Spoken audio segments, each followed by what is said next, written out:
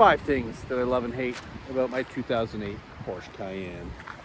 This here, like I said, is a 2008 Porsche Cayenne Base.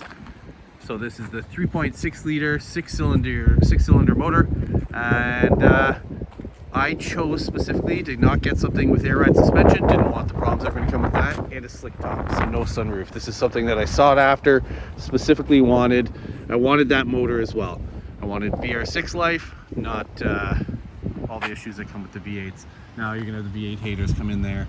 But for my lifestyle and what I'm using this for is kind of a winter beater daily, the V8's not a benefit to me. So let's talk about the 5 things I hate. We'll finish it off with the 5 things I love. First and foremost, gas mileage. This thing is a pig on gas in the city.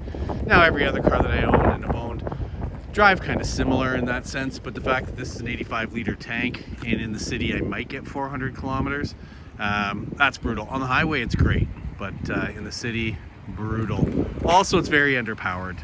That's going to be because of the weight of the vehicle. Obviously it is a big SUV, not full size, but it's big enough. It does have some good weight behind it, and it gets it's not fast, especially when you come from supercharged cars and sporty cars and stuff like that. I've never been an SUV person.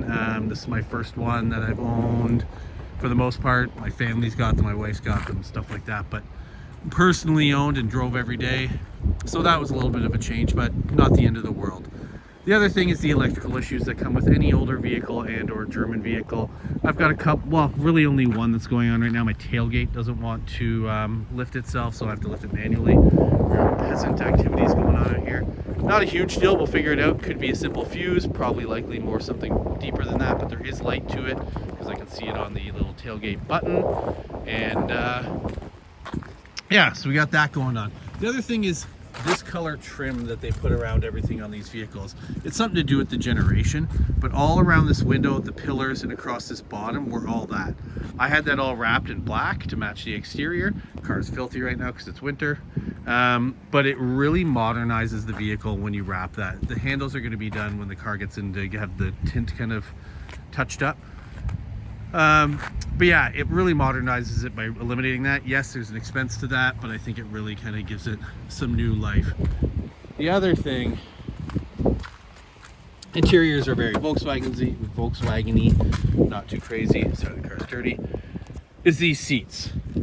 The fit of them's not bad. It's these damn headrests. As you can see here, I've added little pillows to it. These are ghetto, but they work very well. These do not tilt at all, which is insane because this sits super far away from your head. Anybody that ever gets in this when it didn't have the pillows is like, hey, what's up with the headrest?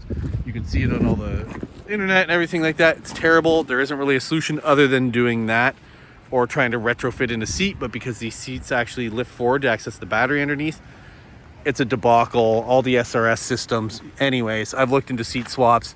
This is the best solution for to save some money. So with that said, lots of little things that I don't like. Nothing really major that's life-changing out here. Nothing that would want me to switch the vehicle or give it up. Now let's talk about the things I love. I do love the size of it. In terms of SUVs, it's got a lot of room inside, a lot of room externally, and they have a good presence on the road. I love the off-road capabilities. Now, am I an off-road person? No, but I do love that it's a little bit more rugged with different options for a four-wheel drive. And I do love the sport mode. The sport mode really livens it up. I think anybody that wants to get a little bit more pep out of their Cayenne or Touareg, use that sport mode. If you don't have the sport mode, you can literally just turn off your PSM right here, and that will allow it to start off in first gear, rev a little bit more free. I find it's not the same as sport, but pretty darn close. Yeah, and I love the look of them. And for me personally, with just a bigger tire and a little bit meatier stance, really sets this kind of apart from the rest of them on the road. Makes it a little bit meaner, a little bit more rugged.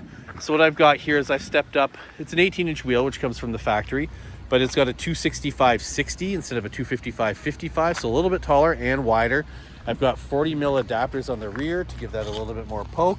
I've got 20 millimeter adapters on the front to give that a little bit more. Then naturally on every vehicle, the front sits out more anyway. So to match these up, we went 20/40.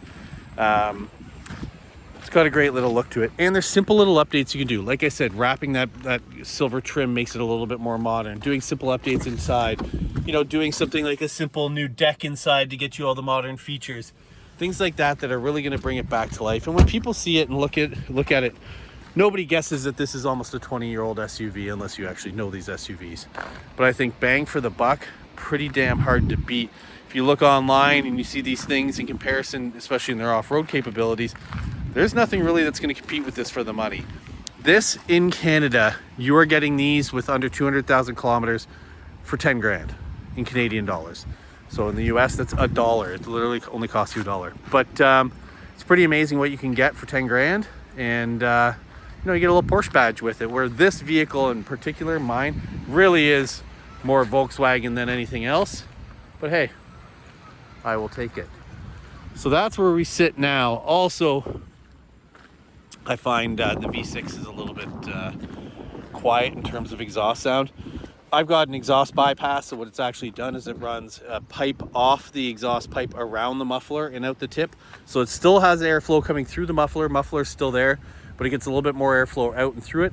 Livens it up, gives it a little bit more growl, makes it sound a little bit tougher and a little bit more rowdy, which is a lot more fun. So that's where we stand now. Only updates really coming is wheels are going to change. Tints are going darker, and the front passenger and driver windows are going to be tinted. And for the time being, that's how she's going to sit. I was going to lift it, but I decided that I don't want to worry about driveline issues and the fact that this is my daily, and at some point there will be another vehicle coming, that I just don't want to mess with anything. So that's where we are. If you ever need any skateboard stuff, come see me at Brightside Skateboard Supply, brightsideskate.com. You need any bike stuff, mcphailcycle.com. You know where to find me. Roll on through. Thanks everybody for watching. This is why you should buy a Cayenne. Don't worry about the things that aren't great. Easy to offset them with the things that are good. Have a great day.